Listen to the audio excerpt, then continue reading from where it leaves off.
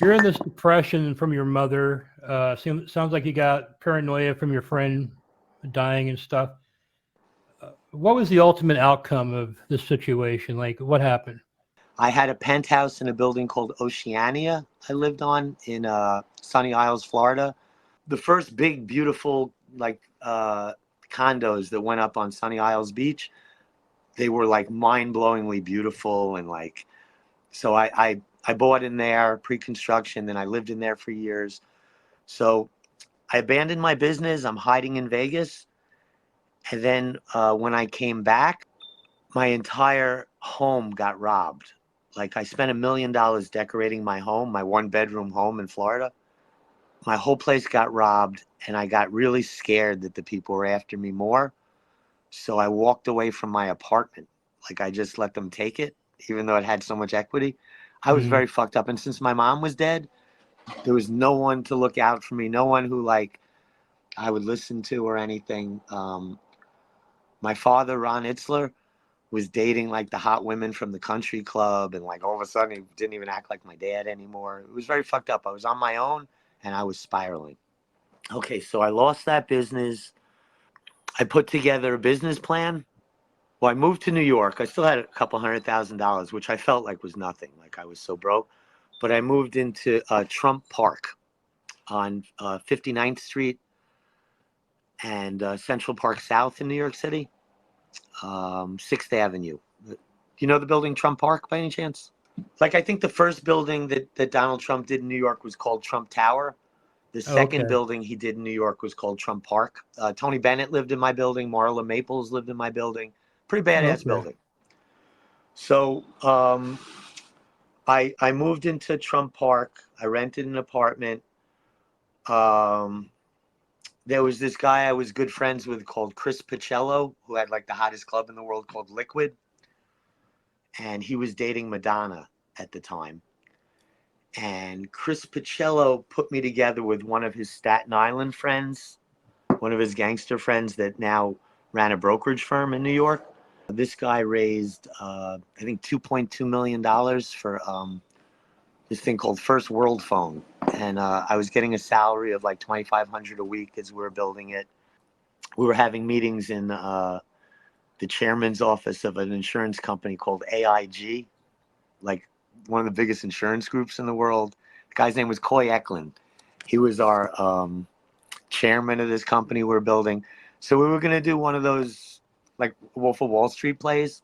I was doing, I even was at Bad Boy Records with this. I was, remember the phone cards back in the day? Everyone used phone cards to make long distance calls. Yeah.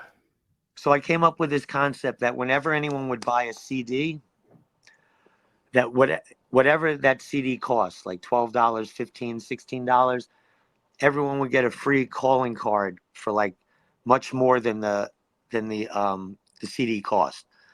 They would get a $25 free long distance calling card, with Oasis. Oasis was one of the groups back then that I pitched on it.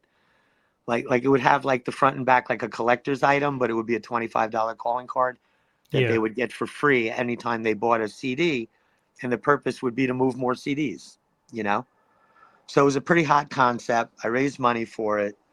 I was hanging out at the Four Seasons Hotel a lot, and I met I met the top people from Bad Boy Records. Maybe I met Andre Harrell, or maybe I met him later in life. But so I went up there. I got them to agree to it was all working out beautifully. We spent $20,000 a month on space to have a whole bunch of people answering the phone, to sign people up for these things and re-up them and shit. The gangster guy, this guy that Chris Pacello introduced me to, he promised me the whole time that this public company we're building, because I was doing everything, it was all based on me, and then he was raising the money, and we had a powerful board of directors. He said I was supposed to own a majority of the money. Remember when I owned M2 Communications and it did 20 million a year? I owned 100% of it by myself. I wasn't used to having partners. So we put this thing together, and I was promised that not only would I have the most stock in the company, but I'd have a majority stock in the company. So we were in the boardroom of AIG one day, and everything was about to start. They were issuing the stock. I had been receiving a salary for like 4 months. And they presented us with the final paperwork, the white paper or whatever, on going public. And I had like 3.25% of the whole company, you know? Like this guy Dominic had like 17% of the company. Like I had very little of this company that I thought I'm going to own the whole thing. I said, this is not what I was told. This is not fair. This is bullshit. And this guy Dominic's father was on the board, an Italian mafia guy, really tough. And he ran around the table and he grabbed my neck and he goes, "Are you calling my son a liar? Are you calling my son a liar?" And like all these businessmen with gray hair jumping on this guy to rip him off of me. And the deal tanked. You don't win on every shot you do in life. You know, like New York Confidential was down the road to come. I know that at some point you got in trouble with the law. Like, did that happen with this venture? Did that happen with this venture? Because you said you were trying to do like a Wolf of Wall Street type thing. At some point, did you go into like escorting? Yeah. How did that happen? I'm realizing now my life is so complicated, huh? Reliving these things in my head. Like it's Yeah. I'm not even giving you all the details I'm remembering. I'm beating the shit out of myself telling you this. You know, reliving killing a guy, but I didn't kill him and everything. Like I'm Right. telling you, 6 cops came to my home the next day. They ripped out my molding. They're looking for the bullet, you know? Because I shot him in the forehead, but there was no bullet in him. So they thought that I flinched and the bullet went somewhere else. You know what I mean? From the kick. Right. But there was no bullet anywhere. No bullet hole, no bullet, nothing. Oh, and you know how that freaked me out? Because people said it's 1 in like 20 million to get a blank. Like they said that doesn't happen, that there's no ball. And you know what I mean? I don't know if that's true or not. That's what they were saying back then. But do So, you think, do you think, because you said the lawyer advice would be to kill him, do you think that if the bullet had been in there, then you wouldn't have been in trouble?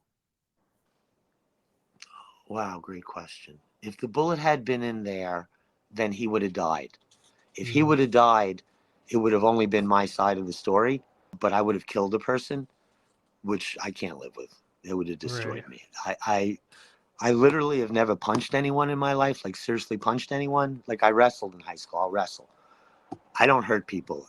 If I hurt someone, it hurts me 10 times more than it would hurt them. Like, thank God I didn't kill that guy. Like, I think the universe loves me that I could shoot someone and it reset, that it didn't happen.